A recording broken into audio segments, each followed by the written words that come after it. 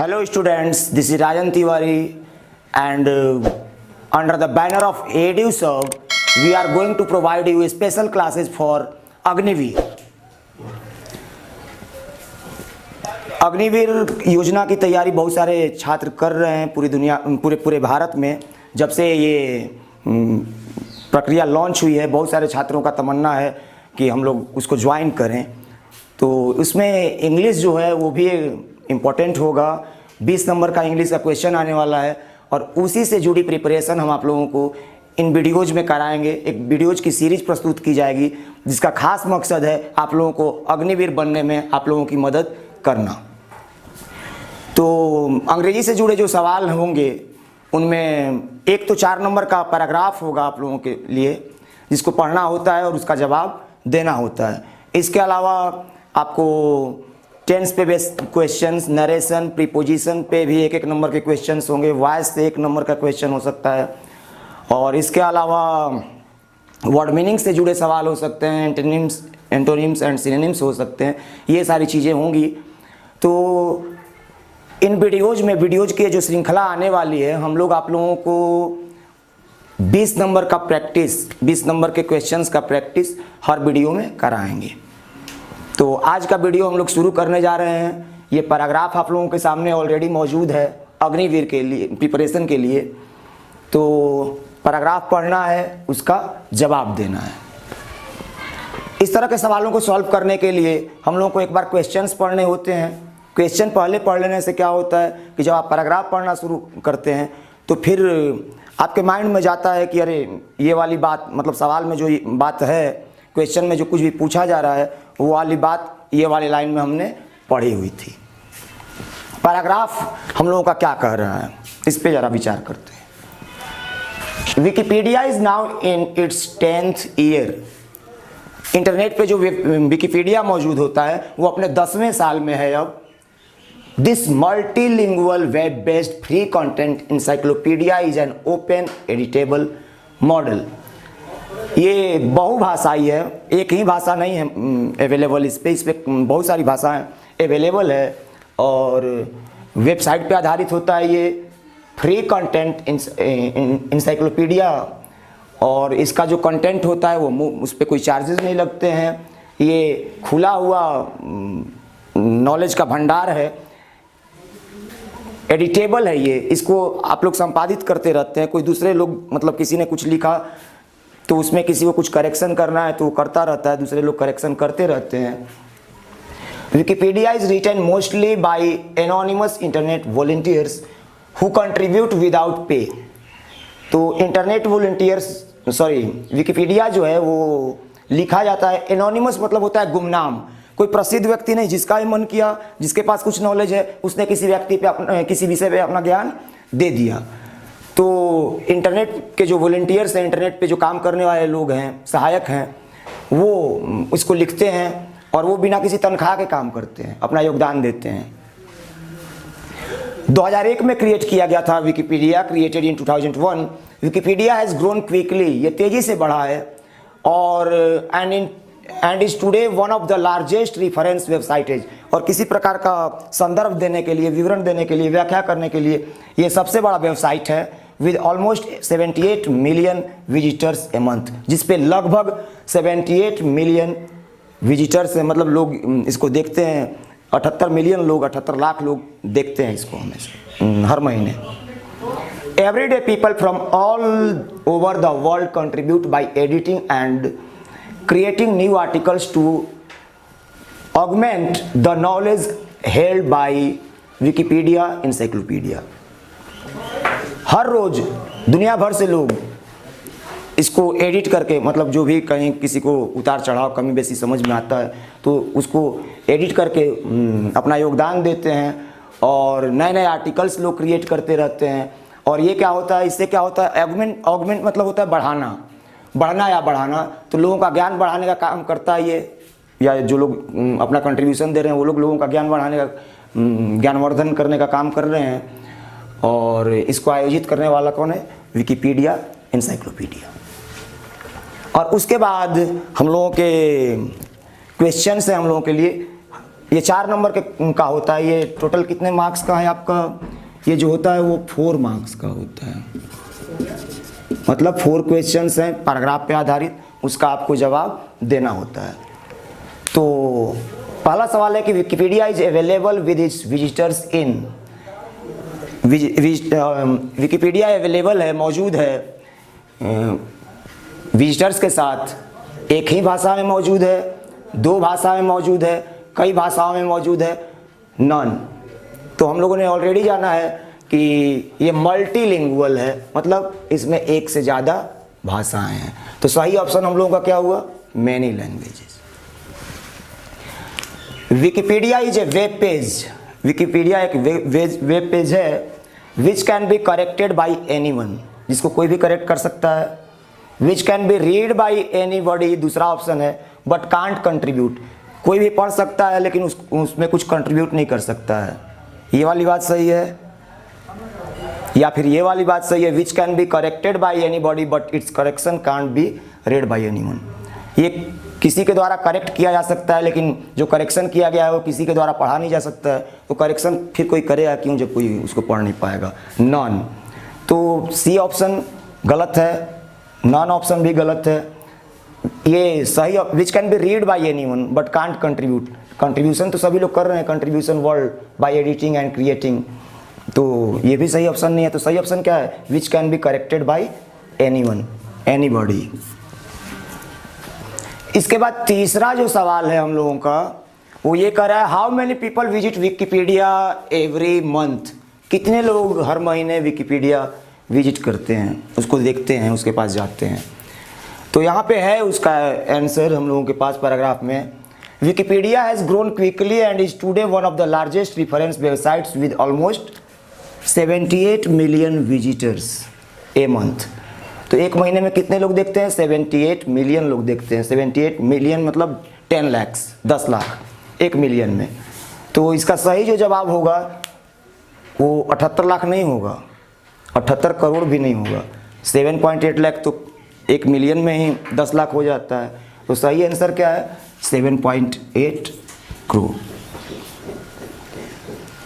और उसके बाद चौथा जो सवाल है, which of the following describes the cause of Wikipedia becoming so rich knowledge feeder. जो नीचे ऑप्शंस दिए गए हैं उनमें से कौन सी चीज़ है जो वर्णन करती है उस कारण का कि विकिपीडिया इतना बढ़िया, इतना उन्नत किस्म का नॉलेज फीडर हो गया है, ज्ञान देने वाला हो गया है। तो क्या है ऑप्शंस में हम लोग देखते हैं, all the web pages are connected to it now, क्या इसका कारण ये है कि सभी वेब पेजेज इससे कनेक्टेड हैं? बी है, everyday visitors contribute their knowledge to the site, क्या ये है कि प्रतिदिन विजिटर्स अपने ज्ञान को कंट्रीब्यूट करते हैं, अपने ज्ञान का योगदान करते हैं इस साइट पे? या फिर क्या ये कारण है Wikipedia page to its contributors, क्या विकिपीडिया अपने कंट्रीब्यूटर्स को जो वहाँ पे ज्ञानवर्धन का काम कर रहे हैं उनको तनख्वाह देता है, सैलरी देता है, पैसा देता है? तो पैसा वैसा तो वो देता नहीं है।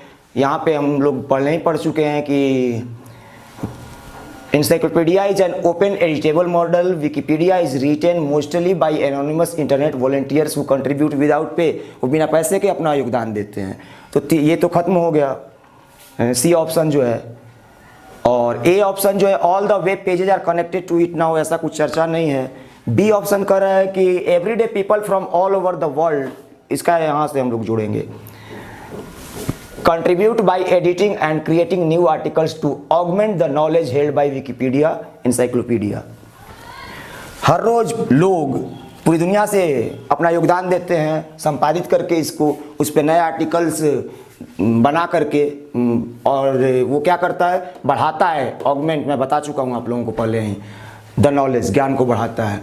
तो फिर सही आंसर हम लोगों का क्या मिल रहा है यहाँ पे, everyday visitors contribute their knowledge to the site. इससे क्या होता है कि वो बड़ा उन्नत किस्म का, रिच किस्म का वो नॉलेज फीडर बनता है ये विकिपीडिया। ठीक है, तो ये पैराग्राफ था जो 4 नंबर का था। इसके बाद हम लोग ग्रामर से जुड़े सवाल देखेंगे जो 16 नंबर, जिसमें ग्रामर के अलावा वर्ड मीनिंग्स वगैरह भी हैं, जिस मैं वीडियो की शुरुआत में ही आपको बता चुका हूँ। Okay, let's see. उसके बाद तीसरा जो चौथे के बाद पांचवा जो सवाल है वो वर्ड मीनिंग से जुड़ा हुआ सवाल है। पैंडोराज बॉक्स का मतलब क्या है? पैंडोराज बॉक्स, क्या इसका मतलब कलेक्शन ऑफ नॉलेज है, ज्ञान की का कलेक्शन, या क्या इसका मतलब कलेक्शन ऑफ इविल्स है, बुराइयों का कलेक्शन, कवर्ड विद ब्रूसेज, चोटों से ढका हुआ भरा हुआ, ऐसा है क्या? या अमित्रवत ढंग से व्यवहार करना, ट्रीट अनफ्रेंडली, ये है क्या?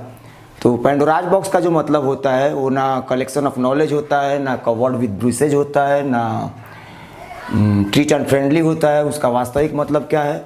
कलेक्शन ऑफ इविल्स, बुराइयों का भंडार। ठीक है। उसके बाद जो अगला सवाल है वो नरेशन से जुड़ा हुआ सवाल है। My uncle said to me may you live long. May you live long का सही इनडायरेक्ट क्या होगा, हम लोगों को इसमें चूज करना है। मे यू लिव लॉन्ग एक ऑप्टेटिव सेंटेंस है। ऑप्टेटिव सेंटेंसेस विश को व्यक्त करते हैं, ब्लेसिंग को व्यक्त करते हैं, किसी प्रकार के कर्ज को व्यक्त करते हैं, या प्रेयर को व्यक्त करते हैं। आमतौर पे ये मे से शुरू होते हैं। तो जो ऑप्शंस हम लोग देख रहे हैं इसमें, उसमें मे, पहले वाले में मे है ही नहीं। अच्छा, दूसरे वाले में भी मे माइट कुछ भी, ऐसा कुछ भी नहीं है। तो पहला और दूसरा ऑप्शन वैसे ही खत्म हो जाता है, गलत हो जाता है, क्योंकि आखिर हेल्पिंग वर्ब को कहाँ लेके चला गया, कहाँ उड़ा दिया। अच्छा, एक तीसरा जो है my uncle blessed me that I might live long, तो सही इनडायरेक्ट यही है, my uncle blessed me that I might live long. ये कैसे है, थोड़ा सा इस पर भी चर्चा करेंगे। वैसे नरेशन के लिए आप लोगों को अलग से वीडियोज अवेलेबल कराए जाएंगे, ग्रामर के जुड़े सभी पॉइंट से, चाहे प्रीपोजिशन, टेंसेज चल ही रहा है, दूसरे वीडियोज आप लोगों ने देखे हैं, वॉइस। तो क्रमिक रूप से हम लोग सभी ग्रामेटिकल टर्म्स के लिए वीडियोज अवेलेबल कराएंगे आप लोगों को। लेकिन मैं थोड़ा सा समझाना चाहूँगा। तो इसमें चूँकि प्रार्थना मैंने बताया कि ये व्यक्त करता है, श्राप व्यक्त करता है, इच्छा व्यक्त करता है। तो मेरे अंकल ने मुझसे कहा तुम दीर्घायु हो, तुम्हारी उम्र लंबी हो, तो उन्होंने मुझे आशीर्वाद दिया, तो ब्लेस्ड में चेंज हुआ, जो हमारा रिपोर्टिंग वर्ब है। और उसके बाद दैट जो आता है वो इन्वर्टेड कॉमा हट करके आता है ऑप्टेटिव सेंटेंसेज में और असर्टिव सेंटेंसेज के इनडायरेक्ट के लिए। प्रोनाउन को बदला जाता है, सेकंड पर्सन के प्रोनाउन को चेंज किया जाता है, किससे? रिपोर्टिंग वर्ब के ऑब्जेक्ट से। यू यहाँ पे सब्जेक्ट का काम कर रहा है, मी का सब्जेक्ट क्या हुआ? आई हुआ।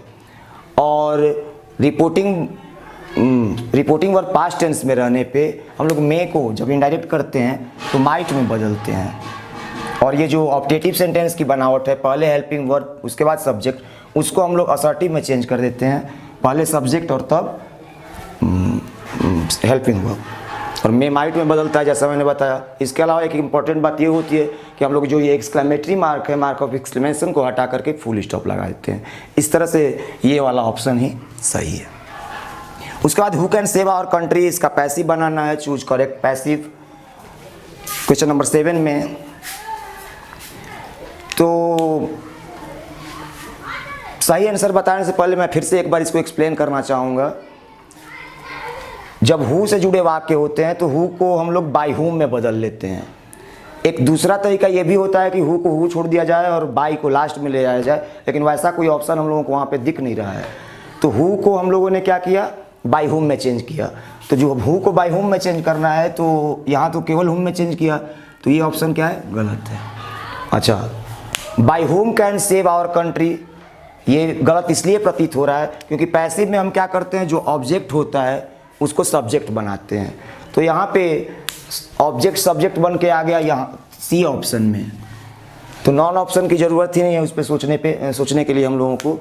Bye whom can our country be saved, ये सही ऑप्शन है और इस पे ट्रिक करेंगे। मिस स्पेल्ट वर्ड को चूज करना है कि कौन सी स्पेलिंग गलत है। Orchestra, illustrated, cucumber, reference. तो कुकुम्बर ककड़ी आप लोग जानते ही होंगे, इलस्ट्रेटेड व्याख्या किया हुआ, रेफरेंस संदर्भ, ये तीनों स्पेलिंग सही हैं। गलत स्पेलिंग क्या है? ऑर्केस्ट्रा है, यहाँ पे ए के जगह पे ई होना चाहिए था, तो इसको हम लोग सेलेक्ट करेंगे। सिनोनिम बताना है लेक्जिटी का, ढीलापन, ढीला ढाला, है ना। तो एक्साइटेशन, उत्तेजना, फ्रीक्वेंसी, सजेस्टिव, ये ढीला ढाला का वो नहीं हो पाएगा। सजेस्टिव सजेशन से बना हुआ है, सजेस्ट से बना हुआ है, सजेस्ट से सजेशन, सजेस्टिव। तो सही ऑप्शन स्लैकनेस है। स्लैकनेस मतलब ढीला ढाला, ढीलापन। उसके बाद क्वेश्चन नंबर 10 जो है वो एंटोनिम हमें बताना है एफेबल का। तो एफेबल जो शब्द है उसका मतलब मिलनसार है। ऑप्शंस हैं अगली, हॉटी, डल, बोर। तो अगली, भद्दा, बदसूरत, तो ये तो है नहीं। सुस्त, मंद नहीं, बोर नहीं। तो जो मिलनसार है उसका अपोजिट हॉटी है, अभिमानी, है ना। ए book of accounts showing debits and credits. Accounts की बुक जो डेबिट्स और क्रेडिट्स को शो करती है ना, उसको क्या बोलेंगे? लेजर बोलेंगे, बजट बोलेंगे, प्रॉफिट बोलेंगे, बिगड़। बिगड़ मतलब बांधना, प्रॉफिट, लाभ, बजट समझ ही रहे होंगे आप लोग। तो खाता बही जो होता है वो जो अकाउंट शो करता है that is ledger. Feminine of nephew is, nephew का फेमिनिन क्या होता है? नेफ्यू भतीजा। निग्रेस, निग्रेस शब्द क्या है? ये निग्रो का, निग्रो जो लोग होते हैं अफ्रीकन कंट्रीज वगैरह में, वो तो निग्रो का फेमिनिन निग्रेस है। अमेरिकन कंट्रीज में भी हैं, मतलब ये कोई भी कहीं भी हो सकता है, please don't mind. Niece, knife मतलब तो चाकू है। नेफ्यूनेस, नेफ्यू में नेफ्यूएस, ये ऐसे ही बस वो आपको भ्रमित करने के लिए, वो कोई शब्द नहीं है। नेफ्यू का जो एंटोनिम होता है वो नीस होता है ना, भतीजी। इसका नाइस प्रोनाउंसिएशन नहीं होता है, ये भी ध्यान देने की बात है। इसको नीस उच्चारण इसका किया जाता है। Plural of bench is, bench का प्लूरल क्या है? तो जब सी एच शब्द से खत्म होती है कोई संज्ञा, उसका ईएस लगा के प्लूरल बनता है, दैट इज बेंचेज। और पास्ट पार्टिसिपल ऑफ बिफॉल, आ पढ़ना, है ना। तो बिफॉल का पास्ट पार्टिसिपल जो होगा बिफेल, V2 है, ये V1 ही है। बिफॉलन, तो आप लोगों को अंग्रेजी सुधारने के लिए सभी स्टूडेंट्स को ये चाहिए, V1, V2, V3 हमें याद करना होता है खुद से, आप लोग याद करते रहिए। अफेक्शन मतलब स्नेह, वो नाउन है, उसका विशेषण क्या है? इफेक्टिव शब्द ही बदल गया, प्रभावकारी। अफेक्ट, प्रभाव डालना। अफेक्शनेट और अफेक्शनेटली, ये इससे मैच करते हुए शब्द हैं। तो दोनों में विशेषण कौन है? तो माई अफेक्शनेट सन, एडजेक्टिव के बाद नाउन का प्रयोग हो सकता है, तो सन, अफेक्शनेट। एलवाई वाले शब्द ज़्यादातर एडवर्ब होते हैं, तो हम अफेक्शनेट को चूज करेंगे यहाँ पे। मैं एक बार ट्रिक करते जा रहा हूँ सही ऑप्शंस को, आप लोग फिर से मिला लेंगे। अफेबल का एंटोनिम हॉटी है। A book of accounts that is ledger है। फेमिनिन ऑफ नेफ्यू वो नीस है। बेंच का प्लूरल बेंचेज है। Past participle of befall befallen है। अफेक्शन का जो नाउन एडजेक्टिव फॉर्म है दैट इज अफेक्शनेट है। He is my respected brother, सम्मानित भाई है ना। तो ओल्डर, एल्डर, यंगर, यंगेस्ट, तो भाई यंगर छोटा, यंगेस्ट और छोटा। ओल्डर हम लोग दूसरों के लिए इस्तेमाल करते हैं, रिलेटिव्स में हम लोग एल्डर मतलब और यंगर शब्द का इस्तेमाल करते हैं, या तो अपने बड़े भाई के लिए हमें एल्डर इस्तेमाल करना होगा, ओल्डर नहीं इस्तेमाल करना होगा। लेट डू इट, लेट अपने बाद ऑब्जेक्टिव केस लेता है, लेकिन ये भी जानने की बात है कि जब दो प्रोनाउंस एंड से जुड़ते हैं तो हम लोग सेकंड पर्सन को पहले रखते हैं, 2-3-1 चलता है। 2-3-1 फार्मूले का मतलब क्या है? जब दो प्रोनाउंस एंड से जुड़ते हैं, मतलब या तीनों पर फर्स्ट सेकंड थर्ड पर्सन का प्रोनाउन जब एंड से जुड़ता है तो सबसे पहले 2 रहता है, 3 रहता है, तब 1 रहता है। तो जब 3 नहीं है तो 2-1 का कॉम्बिनेशन बनेगा। तो सही ऑप्शन है let you and me do it. और इट वाज वाले वाक्य जब इस तरह से रहते हैं, उसके बाद pronoun it is I, it is you, तो वहाँ फिर सब्जेक्टिव केस चलता है, आई सही ऑप्शन है। ठीक है। पर 19 जो है, neither Ram nor his friends ready to help, ये सब्जेक्ट वर्ब एग्रीमेंट पे आधारित क्वेश्चन है और हमें सहायक क्रिया ढूंढनी है, क्या सही होगा, इज, आर, हैज, हैव। तो हमें ये जानना होता है कि नीदर और नॉर से जब दो शब्द जुड़ते हैं, दो संज्ञाएं जुड़ती हैं या दो सब्जेक्ट जुड़ते हैं, तो बाद वाला जो नज़दीक वाला सब्जेक्ट होता है उसके अनुसार क्रिया का इस्तेमाल किया जाता है। और फ्रेंड्स के हिसाब से अब प्लूरल ढूंढना है, तो ना ही राम ना ही उसके दोस्त लोग मदद करने के लिए तैयार हैं, सेंस ये बन रहा है। तो जब भी कुछ है तो वहाँ पे फिर हैज, हैव नहीं, इज या आर दो में से एक, तो फ्रेंड्स के हिसाब से प्लूरल चूज करना है तो क्या होगा, आर होगा। ही वॉज पेटी रूड माई फैमिली, ये वाला जो क्वेश्चन है वो फॉर, ऑफ, विद, टू जो ऑप्शन हैं वो बता रहे हैं कि प्रीपोजिशन से रिलेटेड शब्दों को हम लोगों को चूज करना है। तो पेटी मतलब क्षुद्र, तुच्छ होता है, रूड मतलब असभ्य होता है ना, तो वो मेरे परिवार के प्रति असभ्य है, तो रूड अपने बाद टू प्रीपोजिशन लेगा यहाँ पे जब हम किसी के प्रति असभ्य होते हैं, तो हिज रूड टू मी। तो ये आप लोगों ने 20 क्वेश्चंस देखे अंग्रेजी पे आधारित, जो आप लोगों को अग्निवीर जो स्कीम है उसकी तैयारी के लिए पढ़ाया जा रहा था, बताया जा रहा था। हम लोग आगे भी इस तरह के वीडियोज़ करते रहेंगे, आप लोगों के लिए लेके अवेलेबल रहेंगे, ताकि आप लोग के लिए सफलता का मार्ग प्रशस्त हो सके, क्योंकि राइटिंग सेक्शन में जो एग्ज़ाम होगा उसमें इंग्लिश भी इम्पोर्टेंट होगा आप लोगों के लिए। और आज के लिए इतना ही इस वीडियो में, और अगर वीडियो अच्छा लगे तो उसको लाइक करिए, शेयर करिए, and don't forget to subscribe our channel EduServe Think Forward।